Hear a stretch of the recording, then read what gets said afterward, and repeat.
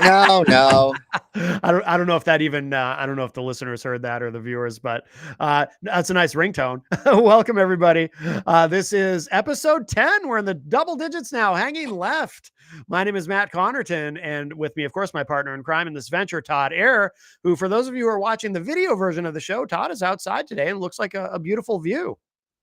It is. It is.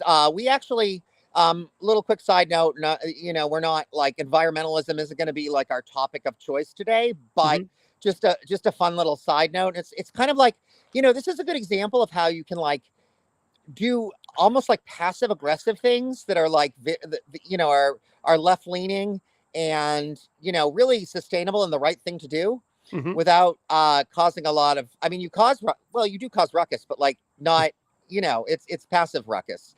So Yeah. basically we own the vast majority of the woods behind us. Yeah. And people have asked us to tear it down multiple times and we just absolutely refuse. Really? Like, what Yeah, do you because mean? Like for I don't know, development? they want to put up dumb pools and Oh, um, like just crap. I mean, yeah, people yeah. just want to build big lawns that they then have to mow that they're not taking good care of. And Oh, I mean, I don't know. I just think, to me, who wants a big, huge lawn?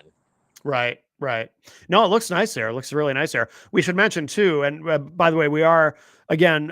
Most people will get the podcast version of the show, but for those who are streaming the show live as we do this, it is Sunday, October 5, 2025. It is 2:12 p.m. in the Eastern Time Zone, and it is. I don't know what the exact temperature is, but I know it's. I believe we cracked 80 degrees again today in They say so. October.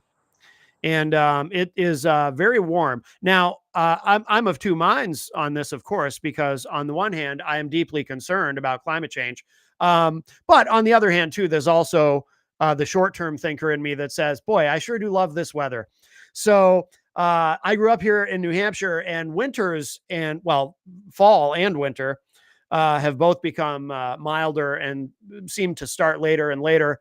And I do enjoy the milder winters here. They're definitely not nearly as harsh as they were when I was a kid, either in terms of snowfall or temperature. But yeah, it's 80 degrees and it's expected to be several days in a row, and it's October. And we have a terrible drought. There are parts of the Merrimack River right now. You could just, I mean, I can see them here in Manchester that you could literally just walk across. I've never seen the river so low. So that's concerning. So I hope everyone's enjoying the nice weather. I am, but I'm also concerned about the long-term effects of this. But it's a beautiful day in New Hampshire, that's for sure. It is. It is. Though, I'm really ready for the fall. Oh, no, Um, not me. Oh, I hate oh, fall. you don't like the fall? I love the fall. How can you live in New Hampshire and not like the fall? I don't like the fall because of what it leads to, because I don't like winter. I'm a spring and summer guy. I love spring and I love summer. Okay. Summer is my favorite time of year. I'm strange. Not Not only me. do I not mind the heat, I actually like the heat. When it's 90 degrees out, I'm a happy guy. I'm strange that way. So So I'm one of those no. people that like gets in my convertible and puts on like I'm in some sort of like, old school roadster, because it kind of is a roadster with like the leather jacket and everything, Yeah. and just like go for it. Like even if it's like 50 degrees, 45 degrees Oh, out. really? Yep. Really? Oh, that Leather sounds gloves. I kind of treat it like a motorcycle almost, but well. So you definitely don't mind the cold. You're I like the love the opposite. cold. You're I like love the the cold. opposite extreme. If you're driving around in a convertible in 45-degree weather, yikes. Not all the time, but not all the time, but Not all the it's time, fun. but yeah, yeah. I usually like to take it out to the first snowfall, a virgin snow, like drive it out and have Really? yeah, Oh, wow. Okay. it's sort of a thing. Yeah, yeah. No, I like the heat, but Not me. where where should we go? Where should we go first here? We've got a few different things. Well, What there's would a you lot like of to? heat to talk about, right? Speaking of turning up the heat, we've got all kinds of things that the temperature have been turned up on. Mhm. Um, I don't know. I mean, I guess we can kind of talk about the thing that I think a lot of people don't probably talk about enough and just kind of go over it quickly because you're going to hear it at nauseum at this point. And that's, I guess, the government shutdown. Mhm. So, interesting facts about that government shutdown. Of course, the Republican Party is saying that it's 100% a political ploy. Now they're kind of backtracking and saying that, like, oh, all of the things that the Democrats wanted we were ready to talk about that anyway. Okay, well, Right. listeners, that's not true. They were not wanting to talk about anything, as a matter of fact. But again, as some of the journalists um, and people have been so eloquent to point out, I learned today that 80% of those cuts affect like red states, Yeah. or Well, like 80% of the people affected are in red states, I should say. oh, absolutely. But as we know, historically, Republicans are never shy about voting directly against their own interests if they think that people that they don't like are getting hurt, and in the broader sense. Also, the lie is constantly repeated, and it is a lie. It's not something that's, it's not people bending the truth. It's not something taken out of slightly out of context. It is this lie that Democrats want to give undocumented immigrants, or they use the term illegal aliens, which that's what Republicans say, that they want to give them all health care, and that the Democrats are trying to get health care for all the illegal immigrants in the country. And they just repeat this and repeat this and repeat this, and there's no truth to it.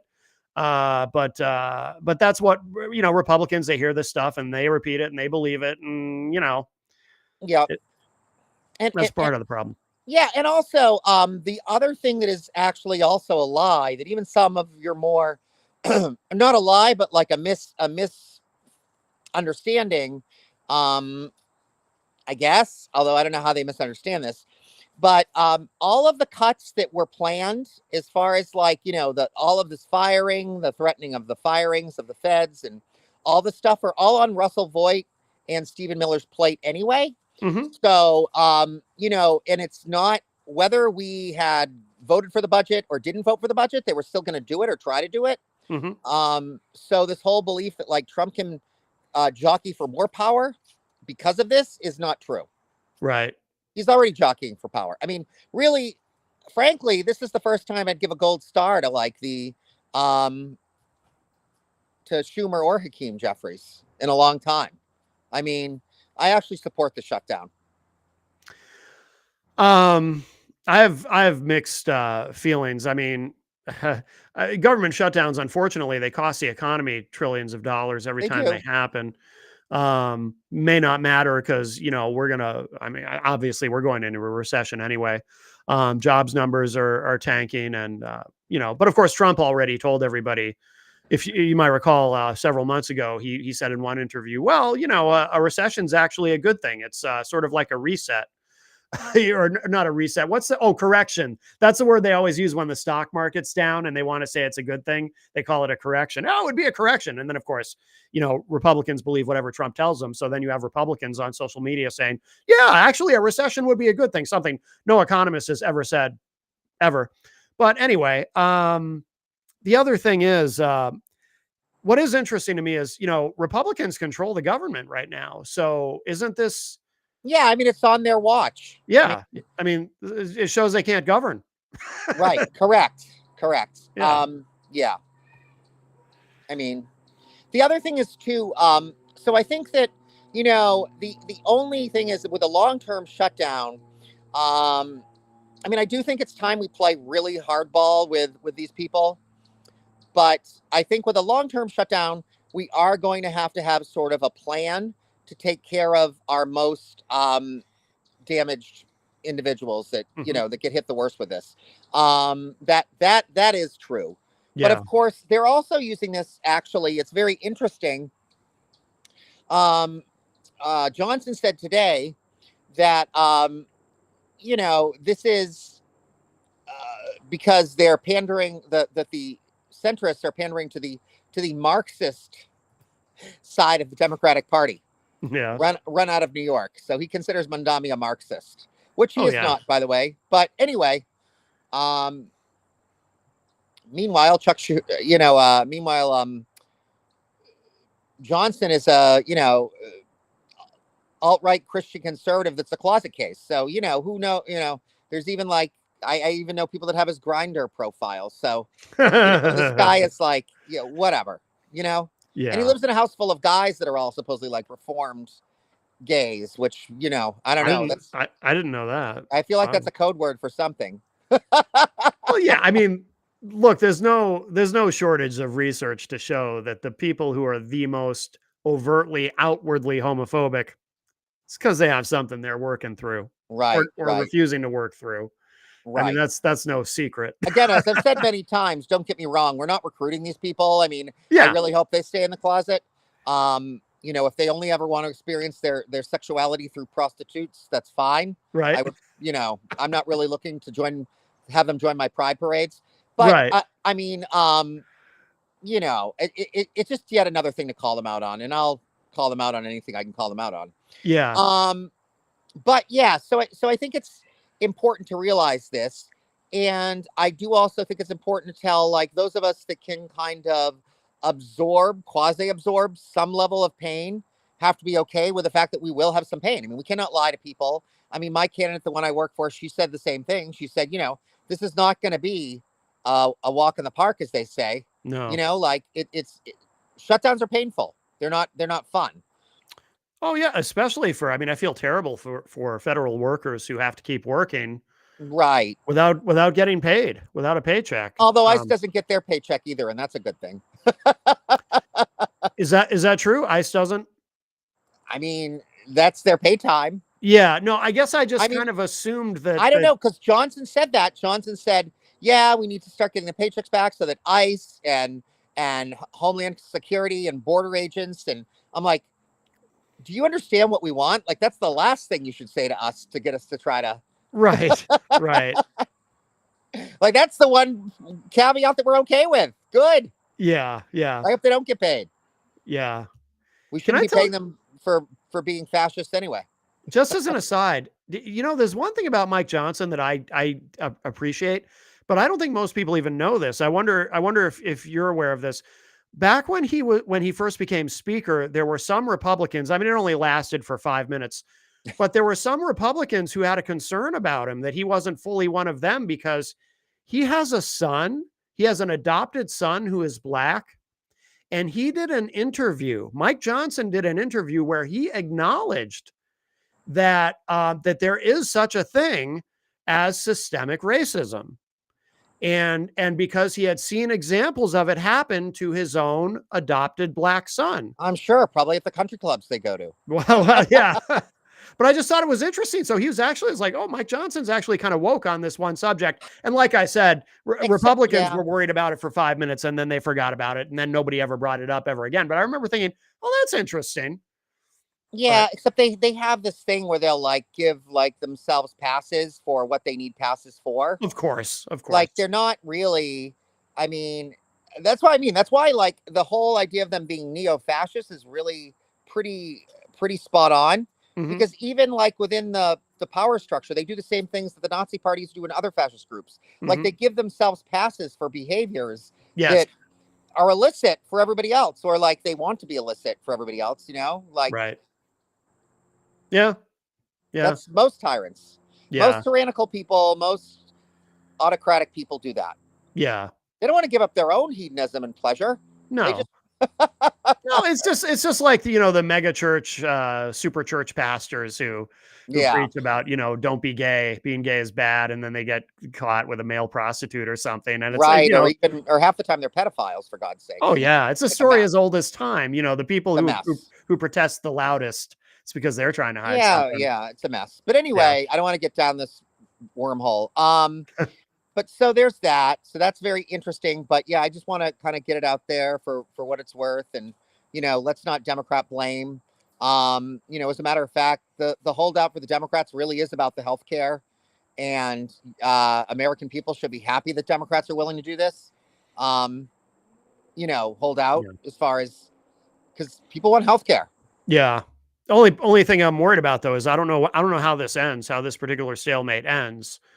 Because one advantage the Republicans have is to them, and to a lot of Republican voters, a shutdown is actually a good thing because they're constantly being told government is bad, government only does bad things, and of course, obviously, there's cognitive dissonance there because they love when ICE agents go out and throw people on the ground and everything, but but there's this message of, oh, government's bad and government's doing all these terrible things, and so aren't you glad that government's not functioning right now? And then a lot of them go, oh yeah, of course, yeah, a shutdown's a good thing, doesn't affect my life.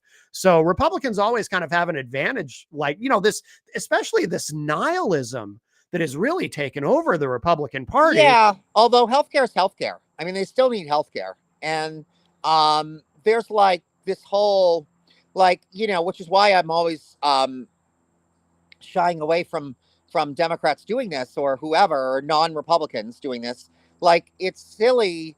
Like, it's really only a part of the story, a very small part of the story. If you say, oh, the Republicans have all the billionaires, number one, that's not true. Right. And number two, it's not. I mean, billionaires are always in the leadership. Like, that's not anything. I mean, as far as like in an autocracy, especially, right? Yeah. Like, your oligarchs are always going to be the wealthiest, or in the wealthiest group. So that doesn't mean that the vast majority of their supporters are wealthy. As a matter of fact, if we're talking about swaths of wealth in this country, the vast majority of wealth as a group is probably leaning more Democrat now, because it's the upper middle class, the lower upper class. So like so the working wealthy, I should say, I mean, which is a huge range. The working wealthy are definitely going Democrat or whatever. They're not voting Republican now. It's only like people that like literally just own huge, companies. But anyway, that's neither here nor there. So the point is, whether they care to admit it or not, it's going to hurt their vote. Yeah. But again, it's like, it's almost like they don't care. I really have gotten the sense that well, maybe they don't want to be in power anymore then. I don't think they see. There's this weird thing. This is the sense that I get from looking at the modern Republican Party. And again, I mentioned nihilism.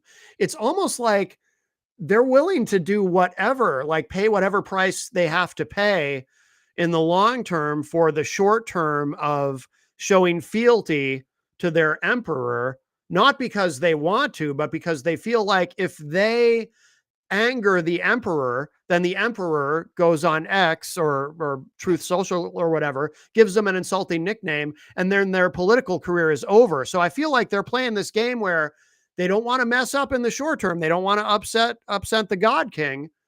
And they'll figure out the rest later. They'll figure out the long term. I mean, later. a lot of them, sorry, not to interrupt. A lot of them, their political career is over. I mean, honestly, I mean, I really think that's the other thing too. Like, if you look at, this is what I love to remind people of. If you look at any autocratic government of any kind, they got louder and they got more aggressive when they were losing. And these guys are getting louder and more aggressive. I mean, they are losing. They will lose because it's not a sustainable way to run a government. Like, especially with like, it's so top heavy. Yeah. Like, it's like, it reminds me, almost the analogy is like the guy that goes and works out of the gym and just works on his upper body and his arms and stuff, but like has stick legs. I mean, that is literally what the Republican Party is becoming like. And eventually, but the sad thing is it's like they're on steroids with the upper body. So like eventually their legs are just going to snap.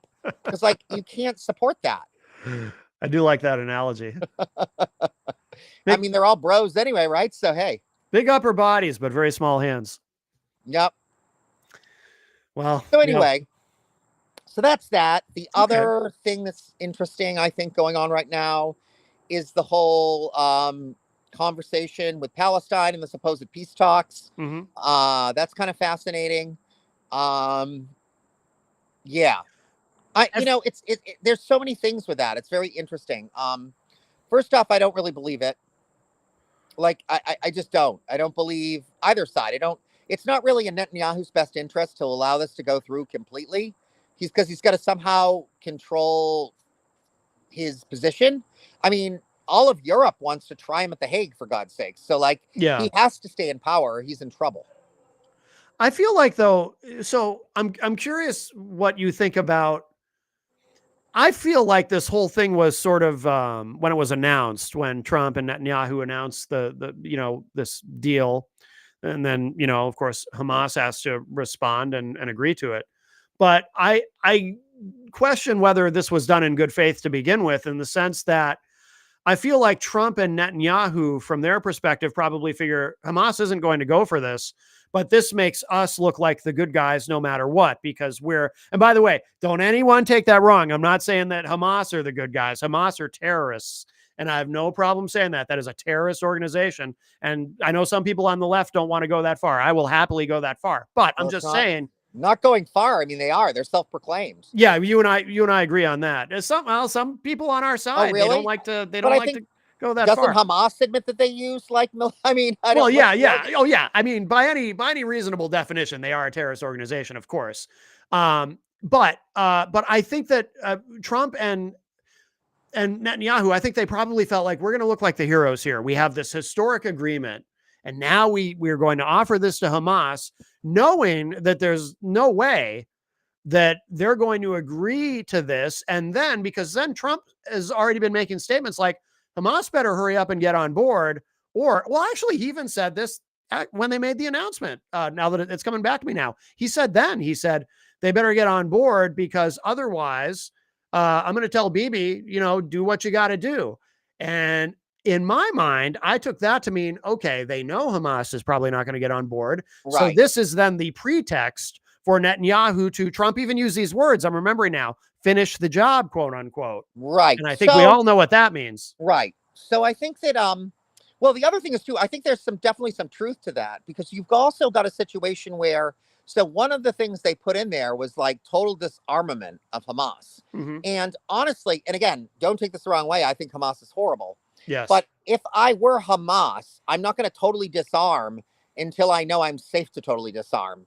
And what's stopping Israel once they disarm of going there and just like, again, just like taking out everyone that they think is, right. so maybe they don't do it in a warfare method. Maybe instead they do assassinations. But I mean, once Israel gets what they want, it's debatable whether or not they're going to abide by the peace treaty. Right. I mean, I don't trust them. No, I don't either. I mean, I think it should be like both sides have to establish a new government. Because they're both corrupt. I mean, yeah. Yeah. So I don't know. I think what's going to end up happening is just, I think it's going to go back to the status quo of what it was before this agreement was announced, is what I think is going to happen. Israel will go back to, well, there's a children's hospital over there. We better blow it up. There might be a Hamas dude hanging out in the basement. We don't know, but whatever, dead kids, who cares? They were going to grow up to be terrorists anyway, right? Wink, wink. That's the whole vibe. And I think they're just going to go back to that. And I think this will drag on. I don't know if I should say this live, but like on a political standpoint, I don't want him to succeed. I don't want the success to be on Trump's watch. Oh, I see what you're saying. Yeah. Yeah. Which, whatever. Well, I'd be happy to see a resolution. Well, we have to leverage it in such a way, though, that it's not his credit. Right. Yeah. I mean, it's important. Screw this. I mean, I don't know. Maybe he's like opened up like a little bit of my like evil side, I guess. I don't know. But I'm just like, we can't let him have wins. We got to get rid of this dude. Yeah. Yeah. I know, I'm horrible. Well, you know me, I look at it a little differently. I mean, from the point of political strategy, I agree with you. But at the same that's time, all I'm saying. I mean, otherwise, no, I know. Politically, it's better for us if he doesn't succeed. But for the sake of everyone involved, I'd rather. But then I guess to play like devil's advocate, maybe it is better for us, because then we don't have to like sit and go on ad nauseum as to what our stand is on Palestine. And we can well, that's true too, because as we're running as Democrats, like we don't have to like go into all the nuances. Like, we're cool, but it's done. So now let's go into like what's happening here in this country. Right. Yeah. Because it has been a problem for God knows it was a problem for the Biden administration. Oh my God. Yeah. Oh yeah. Very difficult. Yeah. And it has gotten better, I think. I think both sides are a little more realistic about it. Mm-hmm. I mean, you've got a lot more people, not as much on this establishment, or at least the core establishment, like, Schumer and Hakeem Jeffries are not doing what they should be doing when it comes to that. Mm-hmm. But like certainly people within their camp are at least admitting that they're not using the G word, genocide, but they are admitting pretty much they're just kind of dancing around the word genocide. Right. And the world has admitted it's genocide. So there's that. And it is. Yeah, I Um, agree. but the other thing I think that is, uh, where am I going? Oh my god, I just completely. Anyway, I I don't don't know. know. I lost it. Oh. Lost the moment. Was this Um, was it something on that subject, or did you want to move on? yeah, I guess I was trying to say. Oh, so yeah, but if the and on the other side, I think that the voice that's like, I think as the Democrats have become, and certainly maybe it's that some Democrats have gone more left, and then the progressive side has gotten more powerful and all this other stuff. So like, it's even I think some extent this shutdown situation how it was handled, there is some truth to the fact that the left definitely pressured it to like go that way, to stand up to Trump. I mean, if Mhm. they, but at the end of the day, we're not the Schumer and Keem Jeffries are in power, so it's still their choice. Like they have to, Sure. but really, it's not. It's the Republicans' choice to you know do what was very reasonable, which is deal with the healthcare situation or don't. Yep. I mean, Yep. like I get it. Like, it's also I don't think very politically advantageous. They say it's not politically advantageous for us to let it go on, but it's politically advantageous, I would say, for our base. Our base doesn't want us to give in. Right. Well, and again, I mean, what they need to keep hammering home, and we need to keep hammering home, is that Republicans control the government. Right? They do. So They do. yeah. So I also think to some extent, it's a little bit of a pivot away from some of the things we need to deal with, like that are very serious right here in this country. I Hmm. mean, at the end of the day, it's not going to be our place to decide exactly what Israel does, what Palestine does. I mean, I really do believe in that. And that way, I do believe in American, not America first, but Americans first. Hmm. And we really do need to address this situation of like, the hordes of ICE agents going into to like Democratic cities. Now he pretty much has launched a war on Democrats. Hmm. Yeah. Every time we turn around, he's trying to send them into yet another city that doesn't need these fools. Um, and there was also kinds of fun. I mean, if you need a little light moment, there's all kind of Keystone Caper type films out there now or videos and clips on YouTube of like these fumbling and bumbling ICE agents trying to chase people who tell them off, and they're running on all their body armor, and the guy's on a bike, and all this funny stuff. But I know. so yeah, Yeah. you know, Yeah, isn't there one incident now where somebody yelled something about Trump, something negative about yeah, Trump? yeah, So yeah. the They tried to ICE chase agents him began chasing him. because that's their job. Yeah, exactly. Well, yeah, I mean that's just more evidence that, they understand the real assignment. The real assignment is to be Trump's jackbooted personal police force, right? You Oh, say it something really bad is. about It Trump, really is. you get chased by ICE. Right, right. That's Or crazy. like that video where they like but I love it because they were even fighting back on this one. But then they must have known what they were doing was illegal because they only used so much force. So like when they were trying to take down that New Jersey mayor, Hmm. and then like some of the mayor's staffers were literally pushing the ICE agents back and stuff, Yeah. and like it didn't break out into full on violence and stuff, which was interesting. But Yeah. that must be because they knew that like obviously you really can't just go assaulting mayors and stuff like that because they're at rallies. Right. Right. I mean, I'm Not sure. on video anyway. Right. I mean, I'm sure some of them assume that you can, and Well, they'd like to. in Trump's America, as long as there's no video, because they probably see that as part of their mission. If it's a Democrat, if you can assault them and get away with it, I'm sure they're happy to do it. Oh But yeah, they're not. I mean, they're basically like Nazis and stuff. So absolutely. I mean, well, they're just following orders. oh okay. Is That's that their that's probably excuse? well, that's probably what they would tell you. I don't care what they'd say. Give them some truth serum. Well, we're just I, following orders, right? I'm not really. I mean, the Nazis said that too. Well, that's my point. Yeah. Yeah, yeah. Yeah. I mean, if everybody just, but think if they didn't follow orders, that would be even better, right? That would be Yeah. There better. you go. We'd prefer that. Yeah, a lot of people would actually. So then, so there's that. So we've got them attacking Portland. We've got them attacking Chicago. We've got that mess. And Yeah. then we have our lovely Kelly Ayotte, who pretends that she is I guess if there is such a thing, like a centrist Republican, when she's a full-on MAGA Republican. I mean, she takes dark money from Blackstone. That's why the housing is the way it is, Yep. because she's giving it to like big, you know, conglomerates that want to like keep the housing prices expensive and want to just Yes. build like luxury housing and that kind of thing. They don't really have an interest in affordable housing. That's Uh, something that doesn't get talked about enough. Yeah. right, right. I mean, she's made conservatively at least like 750, but it's probably more than that. I mean, it might be in the millions at this point Mm-hmm. as a lobbyist for Blackstone. So there's Yes. that. Yeah. And but we got to be careful with her because she, like, if you notice, like, even with the shutdown, she was like, "Come on, guys, let's just get back to work, guys." Like, she's Right. very careful not to call out Democrats on television anyway. Yeah. Because I think she knows. As a matter of fact, like, I just did the numbers. So I think both of us, to some extent, have to be somewhat careful about this. I just found out that, like, something like the high 30% of District 1 so my boss's district is independent. Yeah.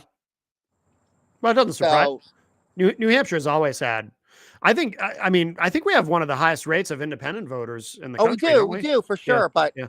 her area, it's understandable now. I didn't always fully agree with the whole, like, I felt like she was pushing the whole reach across the aisle too much. Yeah. But now that I've looked at the demographics, I mean, I get it. Yeah. And at the end of the day, I'm not the one running. I'm just helping her run. So, like, she can decide. Well, we should clarify too for people who don't know what you mean. Oh, So sorry. you're talking about Sarah Chudzinski. Yeah, Sarah Chudzinski, exactly. You're not Yes, talking yes. about Kelly Ayotte. No, Just to I'm be clear. anti Kelly Ayotte. Yeah, no. Oh yeah, sorry. One thing I will say though, Kelly Ayotte just in fairness, and there were certain things that she did veto recently that did upset some Republicans. So she Right. still has a little bit of that moderate Northeastern Republican in her, but there were things that blew over quickly. Like I disagree. I think it's all political. It literally is. Like, if you really dig into the dirt with her, like, yeah, even so, like, the newest thing she's doing, and this is another example, right, of how she really is very right. So she's trying to bring back. So I guess the conservatives in the state house want to bring back capital punishment. And yes, we're one of 23 states right now that do not support capital punishment. right. It's yet another ploy for them to make New Hampshire red again. Mm-hmm. So she's already stated she will vote it in. Yeah. And you don't have to go too far back. In 2019, she had just gotten done her stint, I believe, as the Attorney General of New Hampshire. And then she went as a citizen, and she's so pro capital punishment that she went as a citizen to argue that against the repeal of capital punishment when they voted it in 6 years ago. I actually didn't know that. I didn't realize that. Yep. No. Well, one of my new goals is to take down Kelly Ayotte, so I make it my business to know everything horrible about her. The capital punishment thing is infuriating to me. By the way, that's one of the few things as far right as my father has, respectfully to him, because I know he'll watch this. As much as he's gone to the right, generally, this is something he and I still agree on: is capital punishment. He has always been and still is very much opposed to it. When I was growing up, this is one of the first political issues that really got me interested in politics was capital punishment. I was watching an episode of Donahue.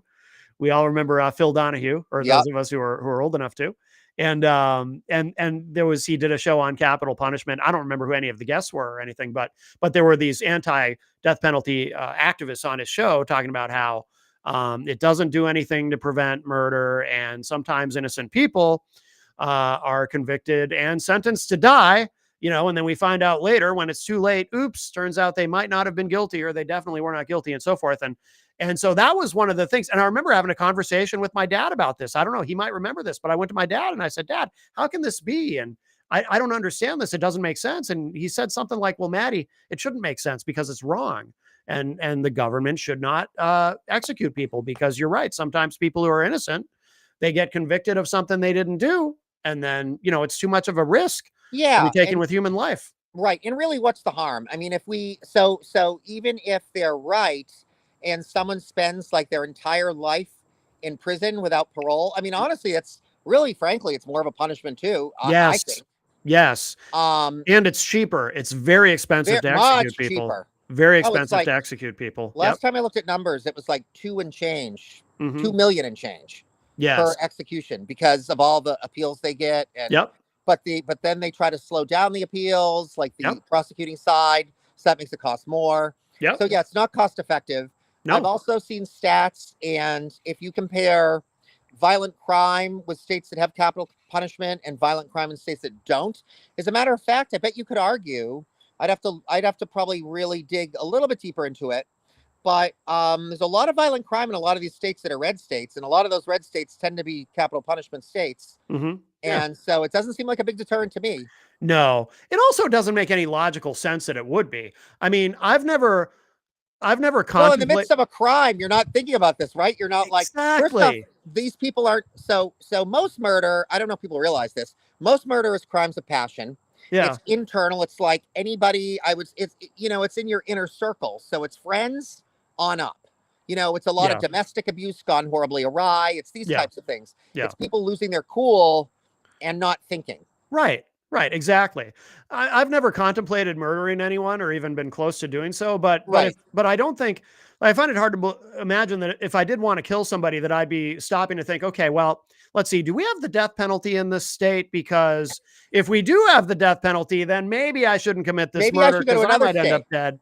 But yeah, go to a red I state. mean, hey, I've got this like burning urge to just kill someone. So I'm Right. going to go to a blue state now to make sure I don't. Right, right.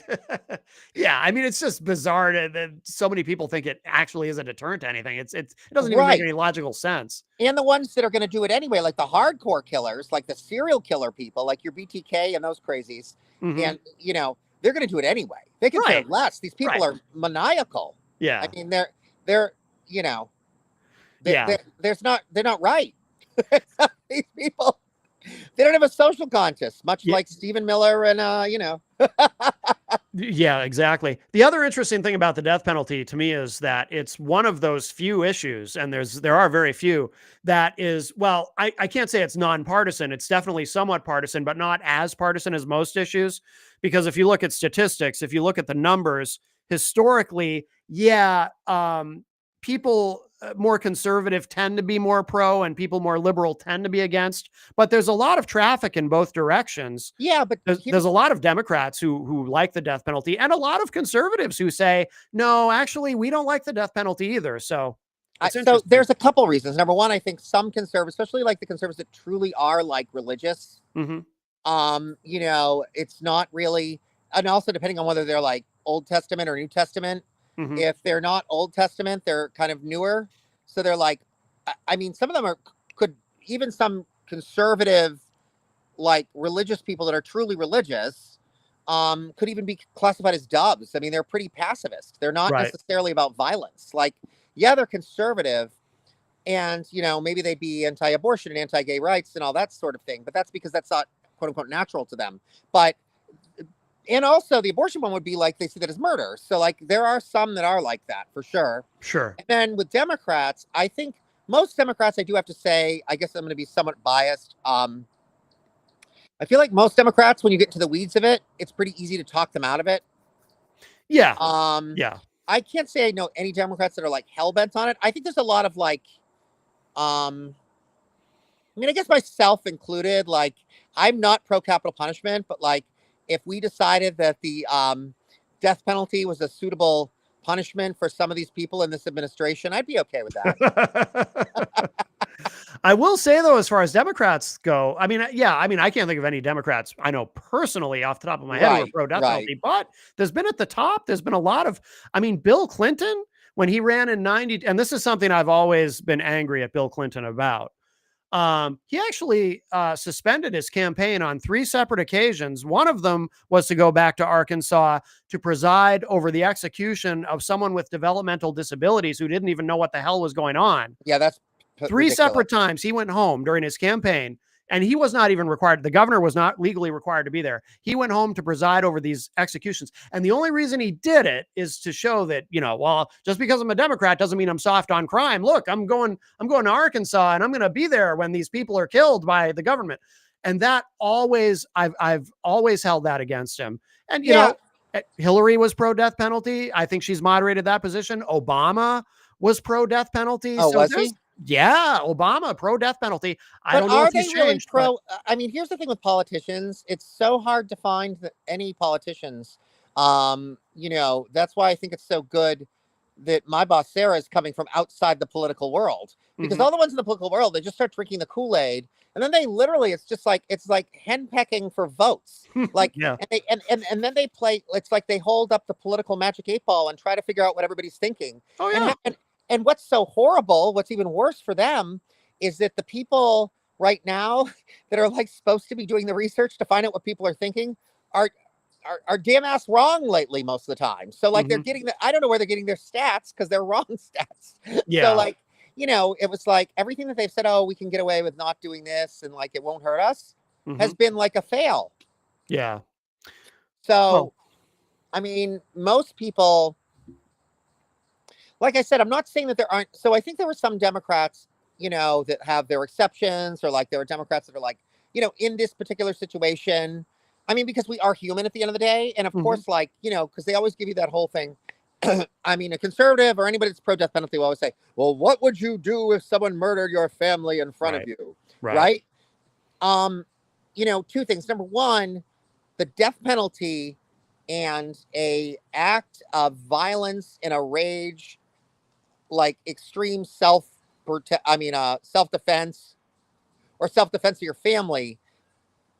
I think that both can be true. Like you could in that moment, because I don't think people, I'm sure if your family's being massacred in front of you and you had a chance to stop the massacre, you're probably going to do whatever it takes to stop the massacre, right? Because it's Right. like it's fight or flight. Like you're animalistic at that point. You're not sitting again. You're not Right. sitting pondering the morality of the death penalty, and you're not seeing it as that. I don't think, Right. Right. you know.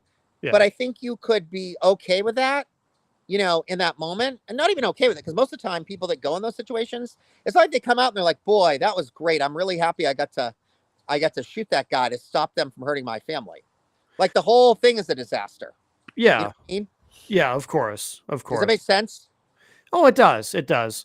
But Um on the same token, though, I think, but a state sanctioned is different. Yeah. Yeah.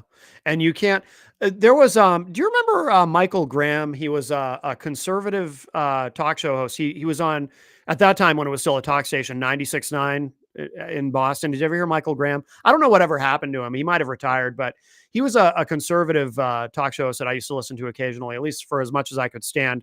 And he was solidly conservative on absolutely everything except one issue, and that was the death penalty. And he wouldn't go out of his way to talk about it. But when asked about it, a caller asked him about it one day, and he said, no, this is the one thing where I disagree with my fellow conservatives. And his argument was, he said, as conservatives, we don't trust the government. We don't trust the government to do anything right, to get anything right. So why do we make an exception for it when the government is convicting someone and then executing them for murder? Why do we trust the government to get that right when we don't trust them as conservatives? We're not supposed to trust the government to get anything right. And he said, that is why I oppose the death penalty. That was his argument.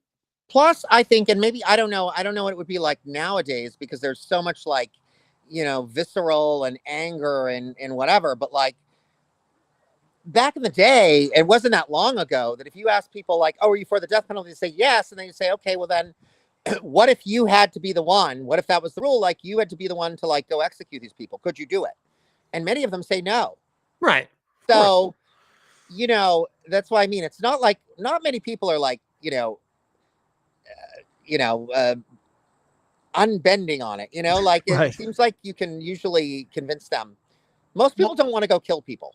right. Well, numbers bear that out too, because if you go back and you look 20, 30 years ago, I think a majority of Americans were pro death penalty, and that has shifted over time. I think now Yeah. a majority of Americans oppose it. And even among conservatives, a lot of conservatives have moved because even Sean Hannity, again, he doesn't go out of his way to talk about it, but Mike Farrell of MASH fame was on his show, and he works with what's the name of the organization now?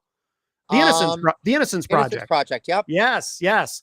And he actually convinced Sean Hannity because after the segment that they did together, Hannity, to his credit, he went and did the research and he said, he acknowledged this. He said, I didn't realize just how many of these cases were questionable, how many of these cases they find out later through either recanted testimony or new evidence It's that a also mistake was right. made. And he flipped on it. He flipped on that issue. It's also classist and racist. Mm, that does play a Um, role. Yes. like it disproportionately it's so very disproportionately it's people in lower income brackets that are executed. I mean, Mhm. you almost very rarely hear of anybody. I mean, you barely hear of anybody even middle class being executed. Never mind, like Right. it's always working class or very poor. Um, True. or just like psychopaths. I mean, I guess there are some comfortable psychopaths, but Yeah. there were some well-off psychopaths. But that's a different world. But nonetheless, um, there's that, and then also it's very racist. Like, I mean, it's a lot of. I mean, I don't know if you don't hear a lot of white, other than the serial killers, because the Yeah. vast majority of serial killers do tend to be white for whatever White reason, white males. Yeah. white men. But but as far as just like, because typically it's like people that murder people in other criminal acts, or again, crimes of passion type situation. And in all those situations, it's a lot of black and brown, not all of them, but the vast majority, it's black and brown people. Yeah. Yeah. True. That's true. Absolutely. Um, And I really can't think of one well-off person, or even, like I said, comfortable person that was executed, that it was also not a serial killer. Like, John Wayne yeah. Gacy, yes, but I think he was executed. But John Wayne Gacy was and he was affluent and he was white, but he was a serial killer. I mean, Yeah. so they handle those differently. And also, well, also from a political standpoint, I think that's one of the ways they get away with it too. Like, because like the public almost rallies around it because it's like natural justice, like, oh, we're Mm, taking this monster out, like, yeah. because people really act visceral and I think emotional about it. Like, even Yes. myself, when I used to be like, all, it wasn't a logical reason for it. I was just like, yeah, if you're going to go around just like, you think you can just kill people, they should be killed too. Like, it wasn't like thought out. Oh, so did were you at one time pro death I penalty? was, I Oh, okay. was very Gotcha. much so. Gotcha. Yeah. But see, you're an example of this is an issue where you really can move people with information. Like I said, if you look at Because the I guess numbers. yeah, I kind of had this whole belief that like, I don't know if it was like, almost like it's karma. Like, if you're gonna go kill somebody and you get killed, like, that's it is what it is. Like, Yeah. you don't have a right to take another person's life. But I never really.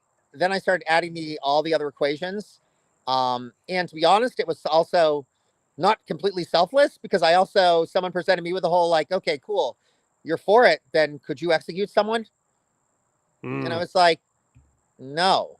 Oh, and yeah. then they'd say, Todd, you couldn't even kill your own food. Never mind. And I'm Right. like, yeah, you're right. Yeah. They're like, Yeah. and I'm like, and that's not one you can really afford to be hypocritical on. Like, I feel like the food Yeah. one, I'll give myself a pass a little bit, but Yeah. Yeah. Yeah. Of I course. mean, because it's psychological too. By the way, another Democrat who was wildly pro death penalty at one time was Joe Biden.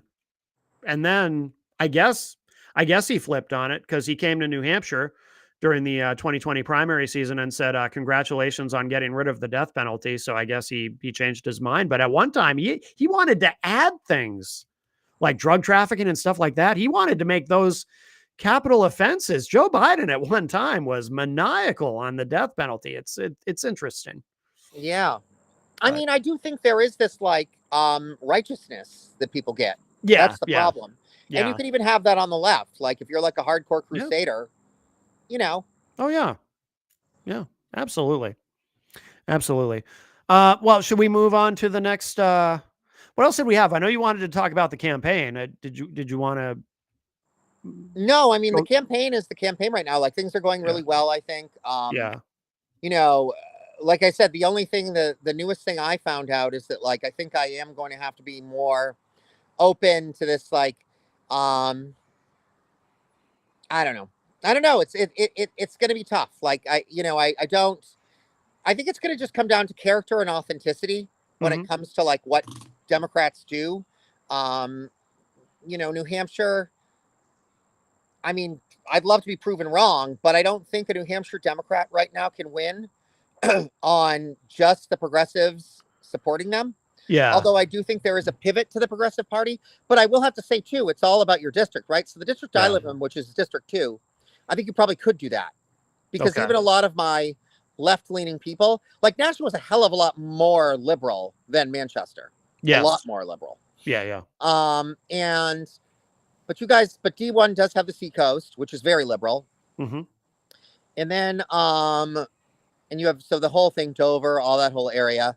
But a lot of the areas but Concord is super liberal, and that's D2. hmm So like a lot of your like really hyper educated areas in New Hampshire are District 2. So like if you're going to do it that way, it's almost hard. Like you could probably get away with more of like more of a left leaning um, candidate in District 2 than you could District 1. Yeah. I That makes mean, sense. yes and no, I guess. But at the end of the day, too, it's all going to come out to like who gets out and votes. Right. Yeah. Because I mean, like even Pappas, who's more of a centrist, he he only won by like 8,000 votes or something like that. Like he didn't win by a landslide. So these votes they're winning by are like single digit wins. Mm-hmm. I think they're Mm-hmm. or low double digits, like 10,000, 11,000, something like that. So like what's so scary is that like I think if you did the math, something like I know, well, here's the interesting one, right? So Manchester is having some interesting situations go on. There's a mayor running, mayoral race, right? And the Democrat, I don't know, maybe you live in Manchester, maybe you could correct me on this, but the lore is that the Democrats of Manchester are not supporting their Democratic candidate. Well, Do you know anything about that? yeah. What's her name? Spillings. I forget her first name. Is it Spiller? Jennifer Spillings? Oh, Spiller. Yeah. Well, she doesn't. I mean, she's how should I put it?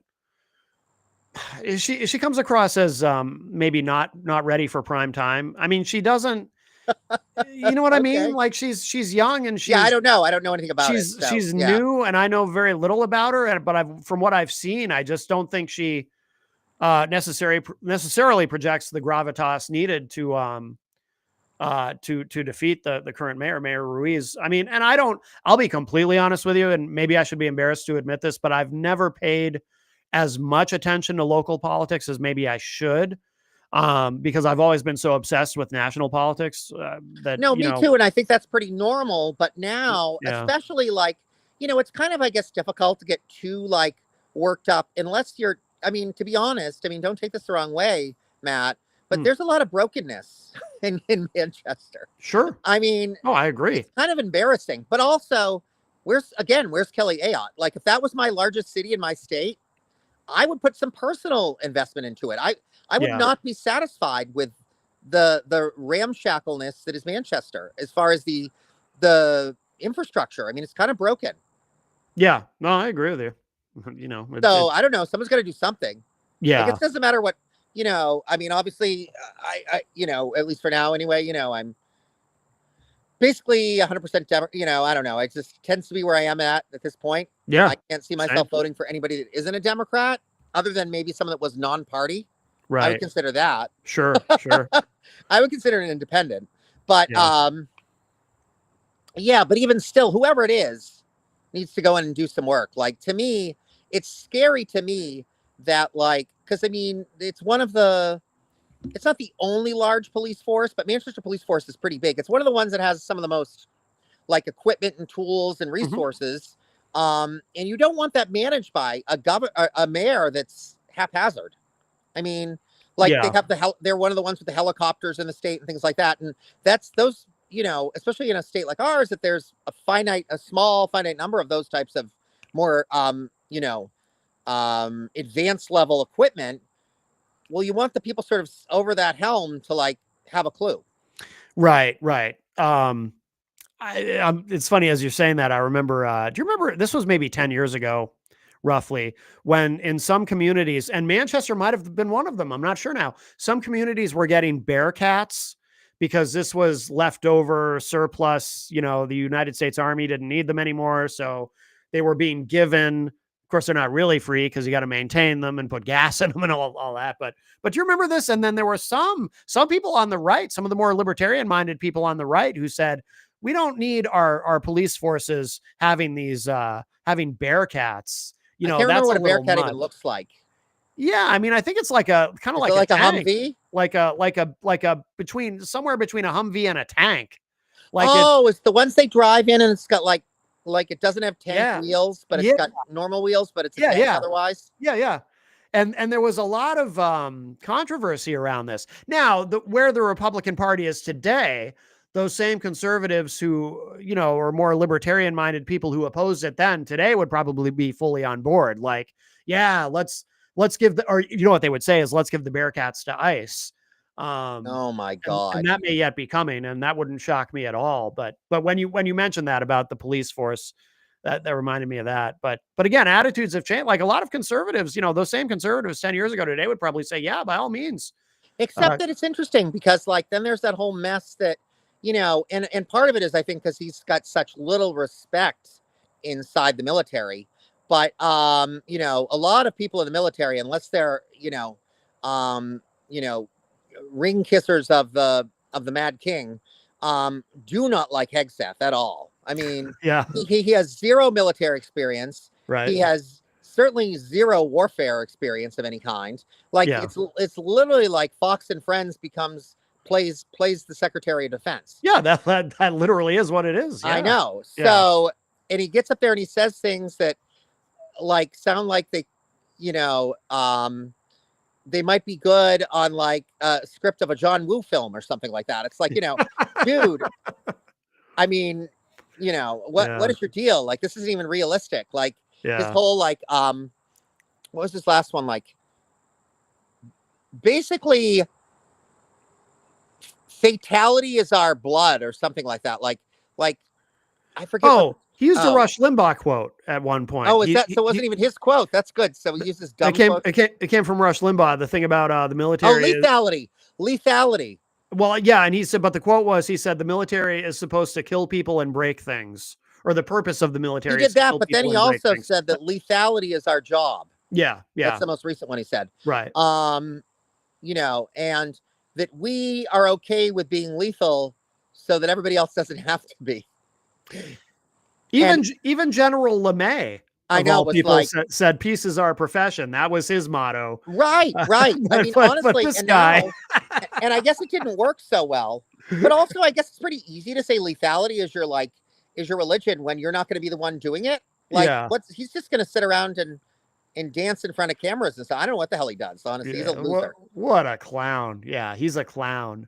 And so many clowns. And then Kash Patel. So Kash Patel's latest is he just fired a guy in California for having a pride flag. So I always thought he was a loser too. They're all losers. I mean, Kash Patel looks like he's on like some kind of like he's doing too many bath salts. And he's a convicted felon. Great. I mean, that doesn't matter in today's Republican They're all Party. criminals. It's another one of my favorite terms is the MAGA mafia. That's what I call them, the MAGA mafia. Yeah. Yeah. It's not a government. They're a bunch of mobsters. Yeah. Yeah. I agree. And now we've got Thomas saying, to add the cherry on the cake, we've now got Thomas saying, well, it doesn't, who cares if it's a law right now? It doesn't have to stay a law. Like, that's his thing. And he's supposed to be interpreting the Constitution and like with gay marriage and all that stuff. So now he's like, I don't have to follow laws. Basically, I can make my own law. Well, he hinted at that when they overturned Roe v. Wade, when Justice Thomas said in his opinion, he said, this may open the door to overturning other things too, like gay marriage and so forth. This might only be the fact that he outright said he doesn't want to follow laws. I mean, and he's a judge, right? I mean, yeah. Well, here's my. I want to go on record. Okay, yeah.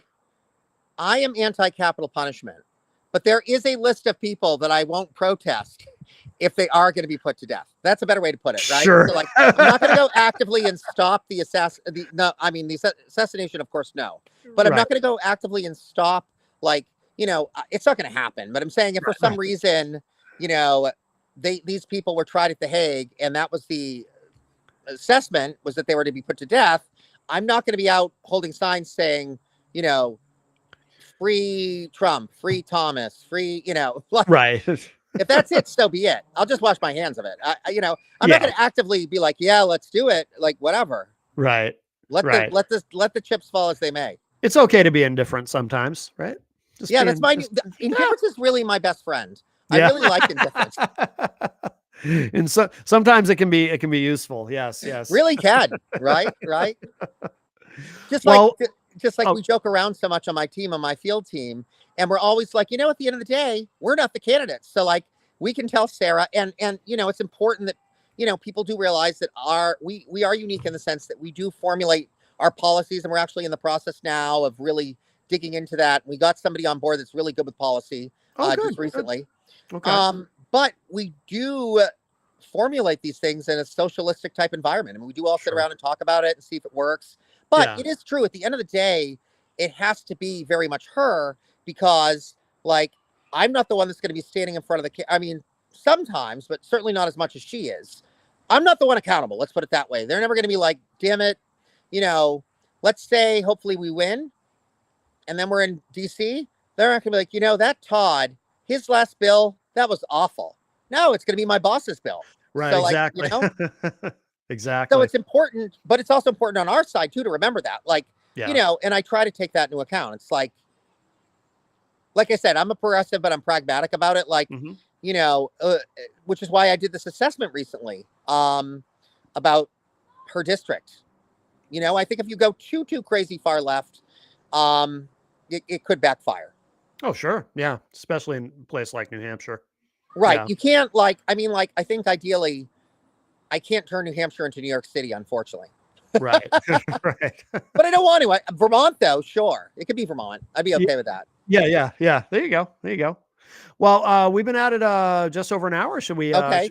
Is there anything we didn't get to that you wanted to talk about, or? I think we did a pretty good, like, kind of, um, you know, broad brushstrokes over multiple topics today. Yeah, definitely, definitely. All right, very good. And oh, did you want to plug the campaign website for Sarah? Yes, just Sarah C. 603.com Okay. All right. Very, very is the good. campaign website. That's also getting an overhaul. So, Oh, good, good, yeah, we changed that a bit. So that's good.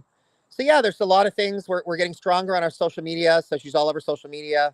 good. I actually need to get some posts up myself. It's tough because, like, on one hand, you're a lean team, and, like, that's great to be Mhm. lean because, like, then obviously, um, leaner and meaner is always a good thing because that also means, yeah, you do more work, but the fruits of the harvest are also, Mhm. more directly benefited, if you will. Yeah. But in the same token, you're going to do more work. I mean, you can't Yeah. have it both ways. Can't Right. be like, Yeah. can't have True. 17 staffers and then complain because you don't, have enough say in the team. Right. You got to pick Exa- one, right? exactly. Exactly. And Todd, what about people who want to find you, who want to connect with you? Where should they go? I'm just on, I'm on Facebook, and I would say, I'm on Blue Sky. My problem is I'm gonna have to, like, get a list. Oh wow, I clicked my thing there. I'm gonna have to get a list for you all my handles Oh because they're yeah. different. They're Yeah. Yeah. different ones. Yeah. Um, but, like, yeah, I'm on Blue Sky. I'm on Facebook. I'm on Instagram. All those. So Okay. maybe what I should do is come up with a handle and put them all for one. I don't know. Does that? I'll have to talk to my people, but my person that does There you that. go. There you go. All right. And of course, if you want to find out more about me, you can go to mattconnarton.com. Everything that I'm doing there is right there for you. And I guess that'll do it for episode 10. We're in the Yep, double digits. Very we are good. in the double digits. All Very, right. very good. All right. Thank you, Todd. And thanks everybody Thank for you, joining us. guys.